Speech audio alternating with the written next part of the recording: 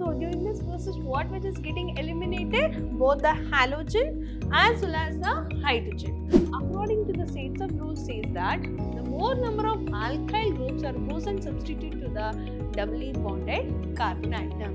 If you wanted to take a iodo substituted product in the benzene ring, you can treat with the potassium iodide to the diazonium salts.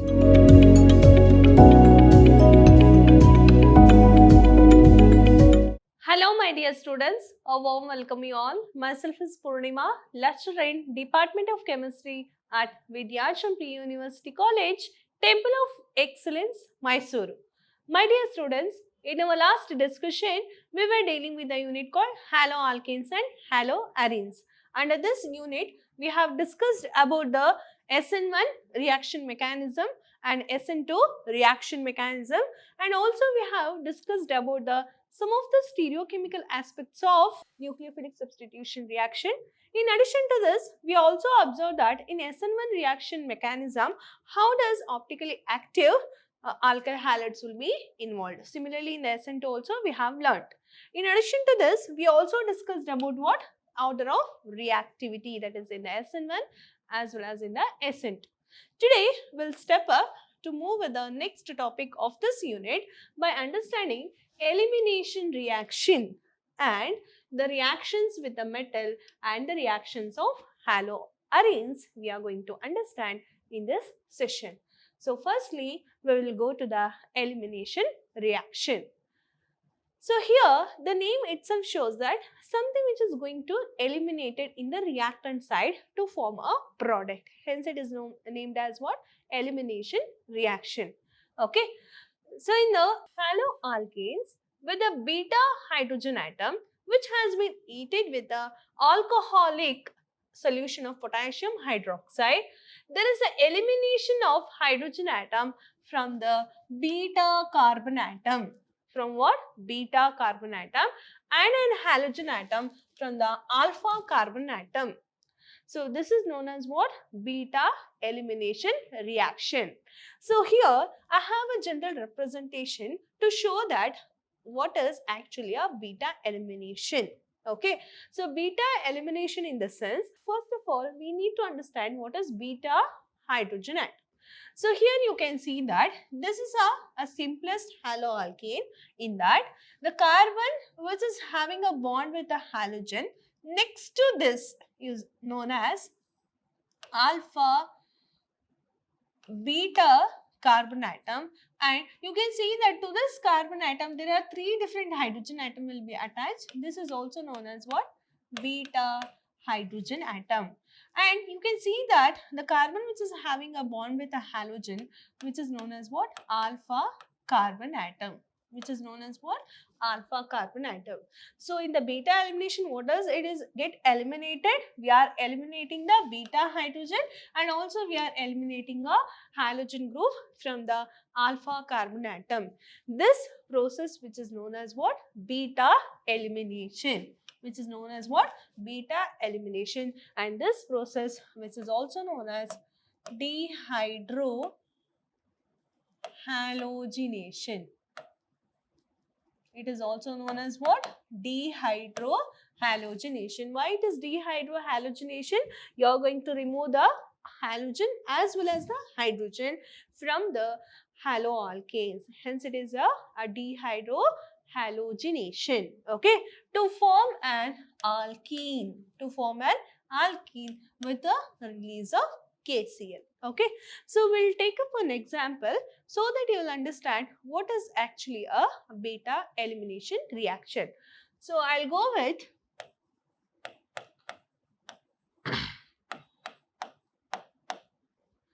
CH3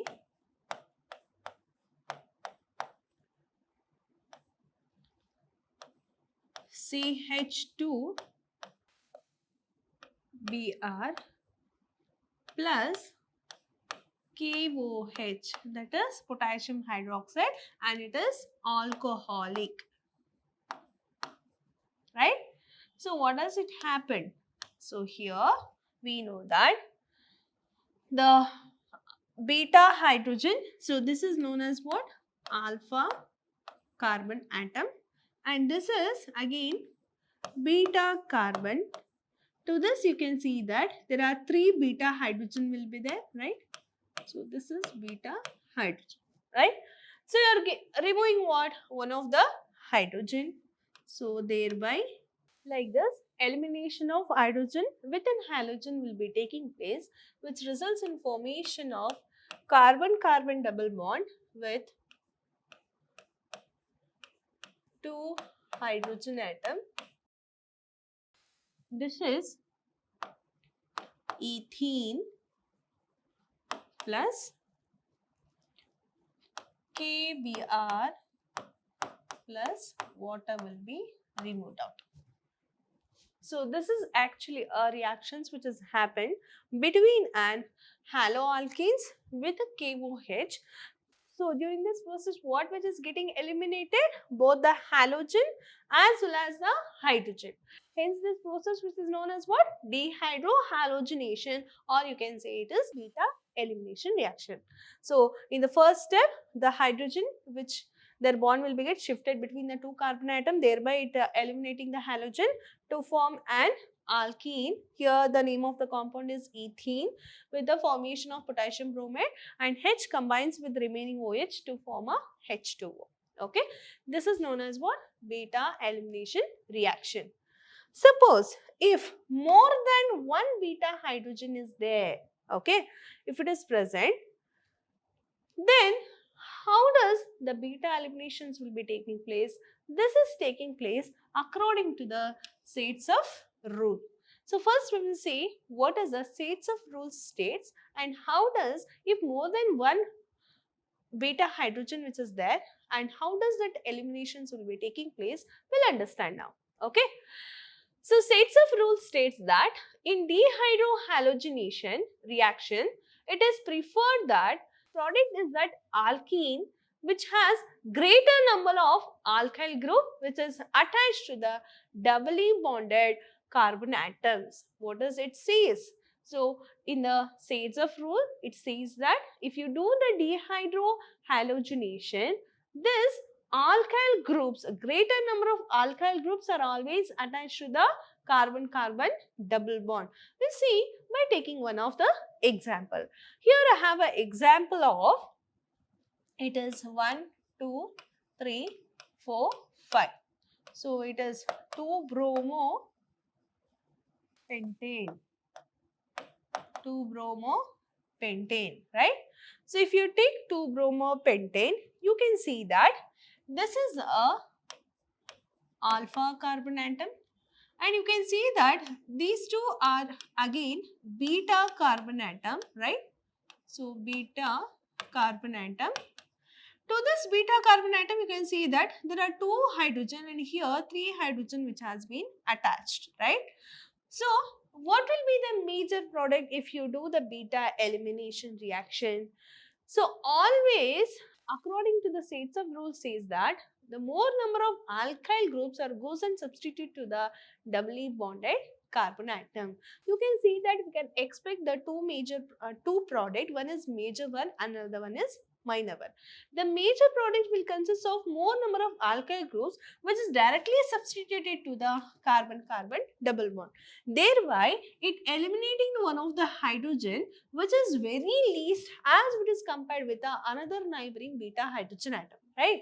So you can see that we have CH3, CH2, one of the hydrogen which has been removed, so that halogen which is also get removed out to form a carbon-carbon double bond. Thereby it forms a bulkier CH3 group which is attached to the carbon-carbon double bond, and name of this compound is pentene. And you can say that on the another side we have one more carbon atom which is having a single bulky group.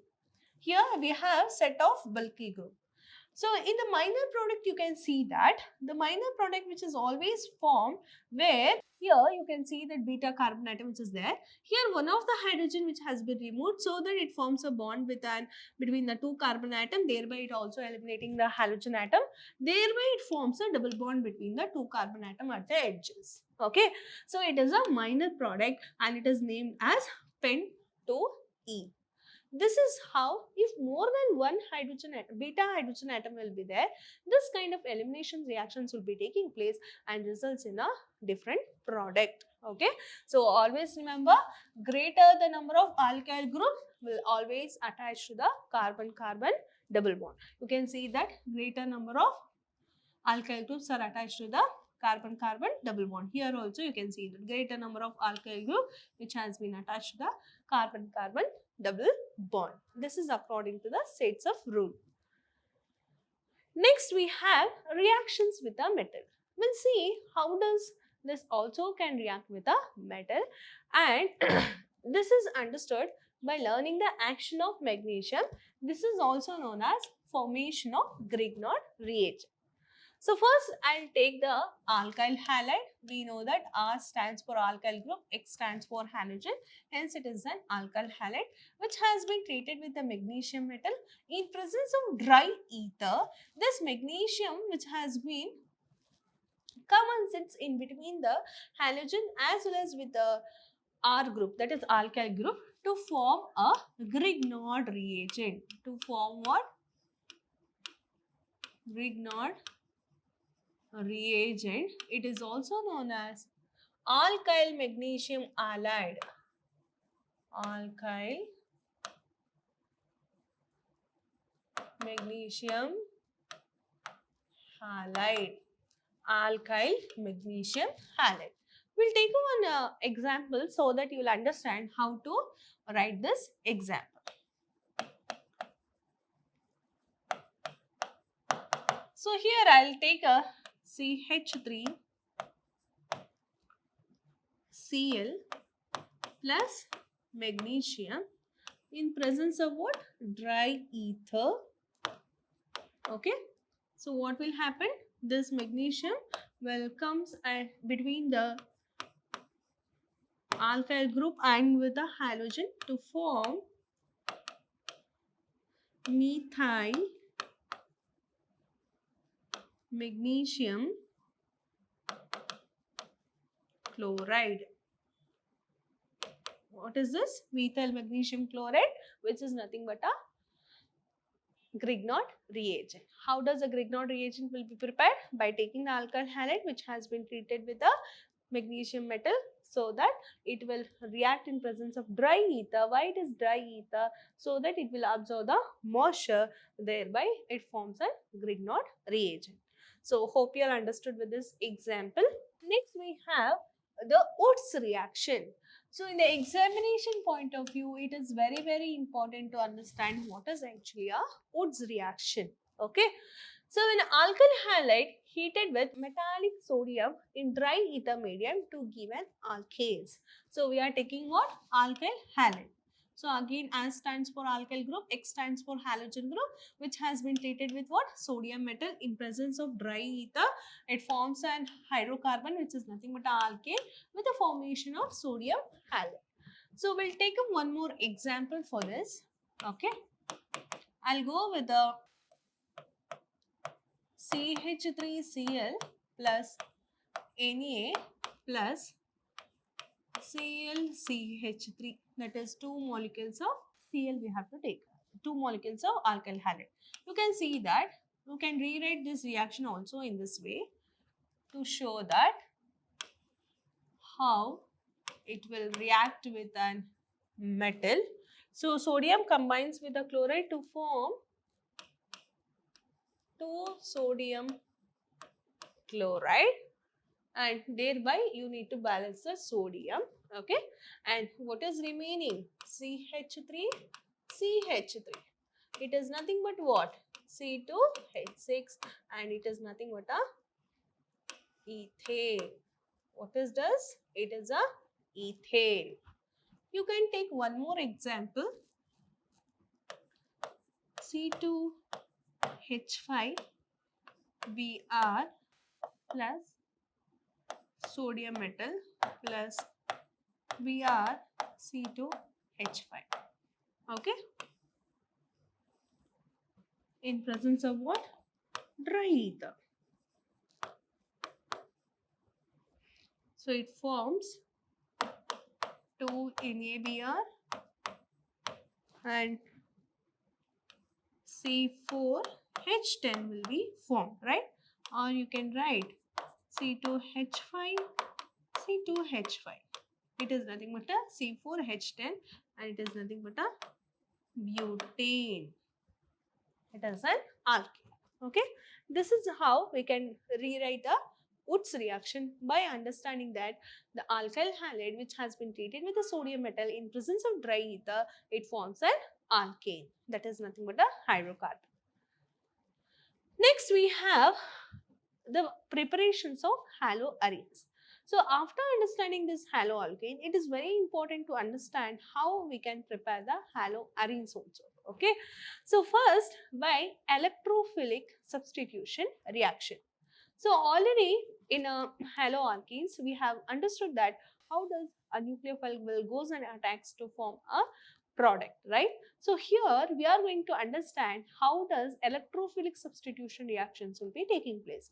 So already we have know that what is a nucleophile. Here electrophiles, which is also nothing but a species where it is attracted towards the negative center, because even though it is a positive center, it will be attracted towards the negatively charged center.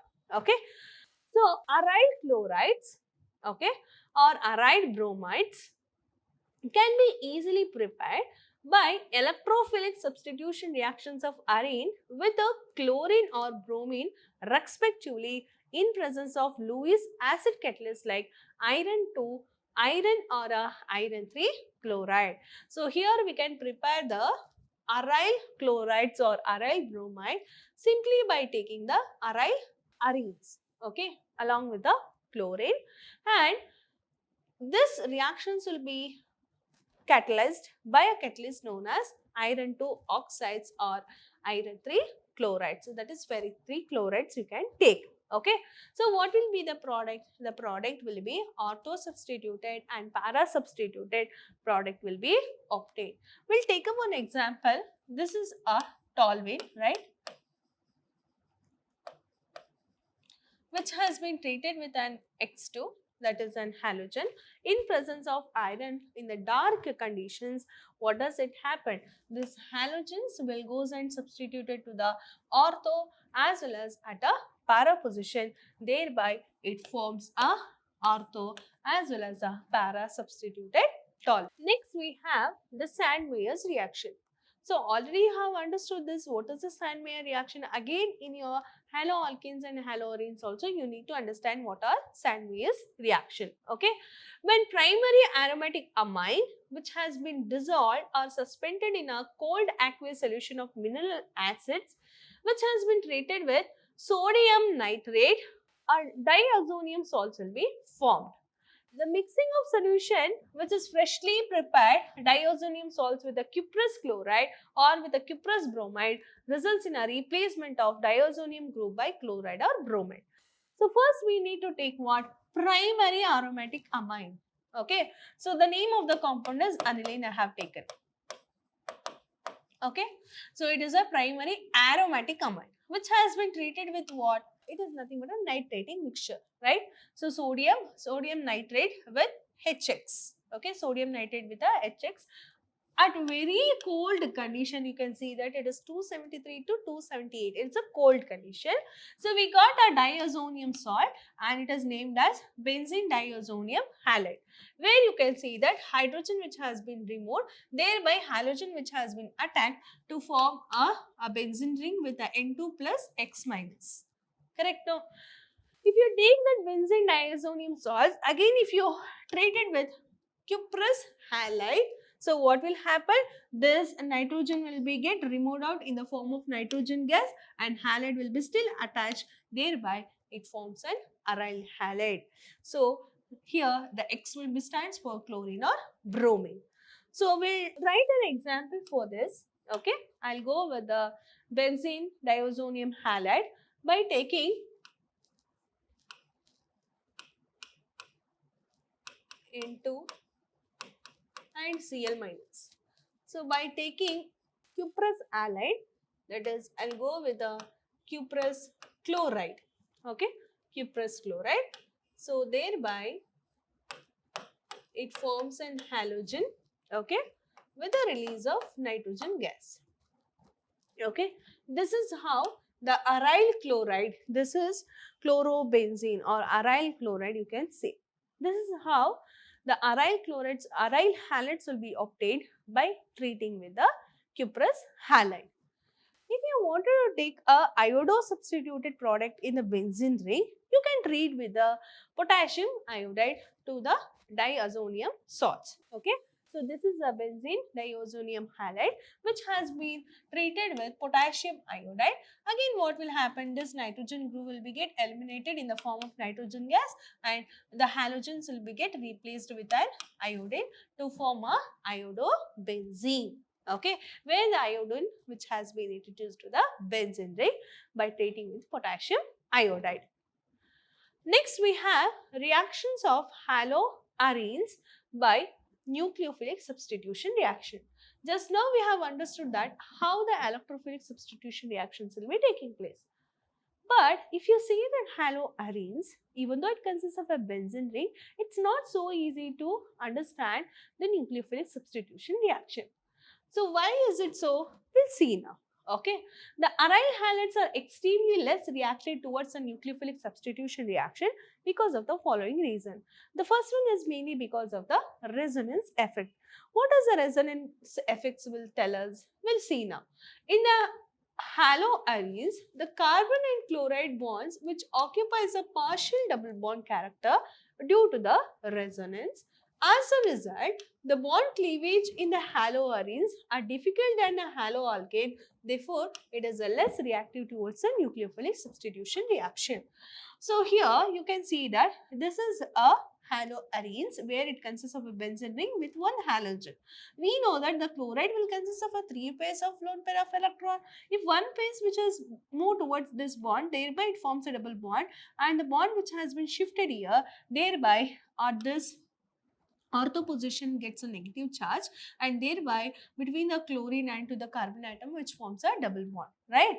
So again this is unstable, it will be moved towards this, and thereby the bond will be shifted here and forms a negative charge on the para position, and thereby it got a positive charge. Similarly, again these bonds will be negative charge will be removed or bond will be get shifted, so that at ortho position you can see that the negative charges will be there. But if you see that resonance structure between the carbon and chlorine, you can see that there is a double bond. Between the carbon and chlorine, there is a double bond. Due to the formation of carbon and chlorine with a double bond, it's not very easy to break this bond, right? So that is why the nucleophilic substitution reaction, it's not so easy in case of aryl halides because of this resonance effect. Next, the difference in their hybridization of carbon atoms in the carbon halogen bond. Due to the difference in their hybridization of the carbon and halogen group, it is not undergoing very easily with the nucleophilic substitution reactions. In a haloarenes, the carbon and halogen bond is less polar, whereas carbon is sp2 hybridized. However, in haloalkane, the carbon and halogen bond is more polar and carbon is sp3 hybridized. As a result, the carbon halogen bonds are become shorter in the haloarenes and it is difficult to break. You can see that this is a carbon atom which is having a bond with an halogen atom, right? And this carbon atom which is undergoing what? sp2 hybridization, and this is in haloarenes. And you can see that the carbon and halogen bonds are very shorter. It's not very easy to break this bond. Come to the haloalkanes, we know that the bond between the carbon and halogen which is somewhat bigger than it is compared with the haloalkane, and this carbon atom which is sp3 hybridized, so that it can be easily cleaved as it is compared with the haloalkane. That is why, due to the difference in their hybridization of the carbon and halogen bonds, haloarenes are not easily undergo nucleophilic substitution reaction. And one more reason is the instability of phenyl cation. What does it mean? We know that the haloarenes are represented as the benzene ring with an halogen, right? If you remove an halogen, so it will become a phenyl cation, right? It become what? Phenyl cation. So this indicates that due to the instability of this phenyl cation which has been formed in a haloarene, it is unstable towards the nucleophilic substitution reaction. One more reason is electron density on the benzene. Because of the possible repulsion, and it is less likely for the electrophilic substitution approach and electron-rich arenes. You can see that the benzene which are having an halogen, the electron density will be more on the benzene, correct? No, as it is compared with the haloalkanes. That is why due to this more repulsions and more density, electron density on the benzene ring, it is less attractive towards the nucleophilic substitution reaction.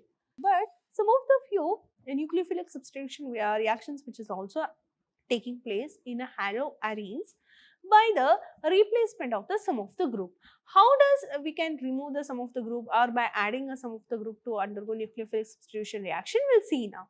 First one is by replacement of the hydroxyl group. By replacement what? Hydroxyl group.